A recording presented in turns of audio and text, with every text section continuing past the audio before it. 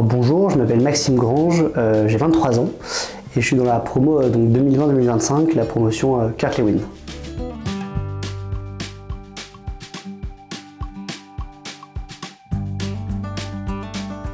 Alors moi je suis dans le parcours clinique en spécialité enfant-ado et je pense que j'ai suivi ce cursus notamment avec mes stages.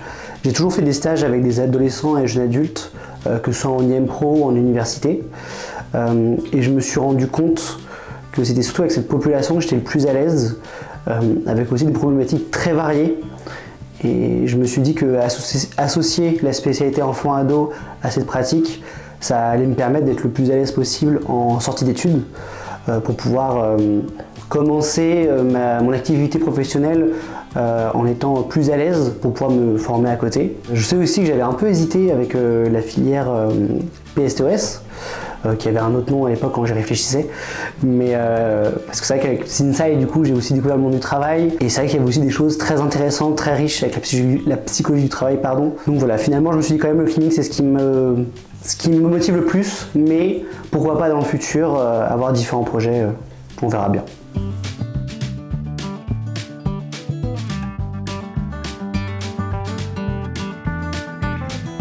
Alors en ce moment je suis chez HandiGS, donc c'est la mission handicap du groupe IGNSA, anciennement IGS, ça a changé de nom en septembre, donc tout nouveau.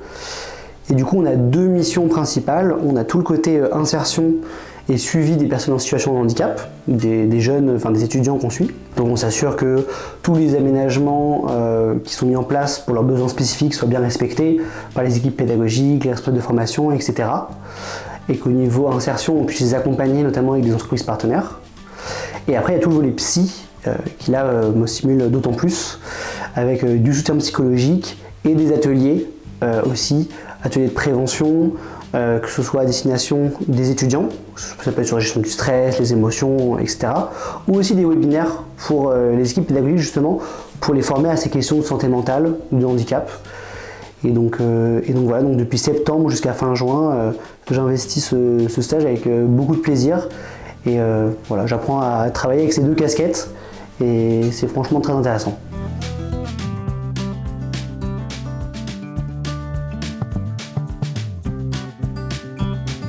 C'est une bonne question.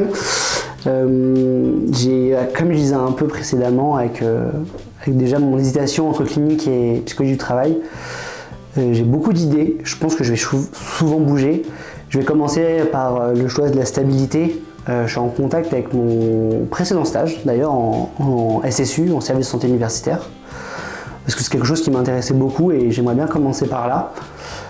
Mais après, j'ai vraiment beaucoup de projets, que ce soit un jour créer mon cabinet libéral, mais aussi pourquoi pas intégrer une boîte de conseil. Avec la collaboration que j'avais faite avec Ogref et Psynside, j'avais trouvé ça très intéressant, par exemple de travailler en boîte dans les maisons d'édition de tests psychométriques en tant que chef de projet par exemple, parce que même si on n'est plus dans cette posture de psychologue, ce sont des psychologues qui font ce travail, ou même professeurs, comme la grande majorité des professeurs de l'école, ils sont passés par ici, donc c'est quelque chose aussi qui pourrait me passer par l'esprit un jour.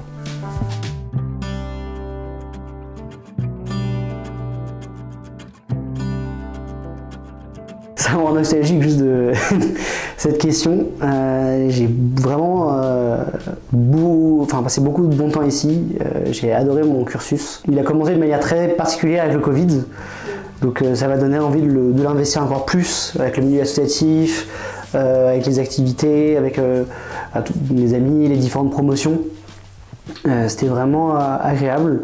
On a de la chance aussi d'avoir de très bons profs qui étaient passionnants. Je pense à Madame Sanchez ou Madame Valivoire, qui est à la retraite maintenant, mais qui était vraiment passionnante.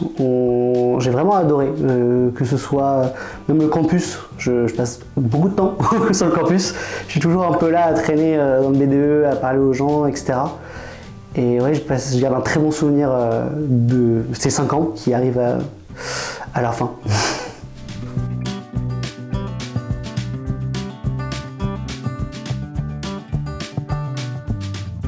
Elle est un peu particulière au début, mais à la fin elle est très sympa. C'était en première année, on était début février, c'était juste avant la Chandeleur. Et en fait, donc on sort vraiment 3 mois de Covid, confinement national, 1 mois de révision et partiel, début janvier.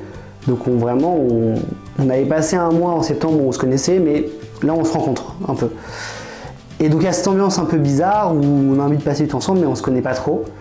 Et là on a ce cours où en fait Madame Tachini, notre professeure de psychologie clinique en première année, a un accident de vélo, rien de grave, mais le cours est annulé. Donc nous évidemment on est très contents à ce moment-là. Et en fait je sais pas comment c'est venu, mais d'un coup tout le monde s'est invité les uns chez les autres et on s'est organisé une crêpe party pour le lendemain. Du coup on a tous cuisiné des crêpes.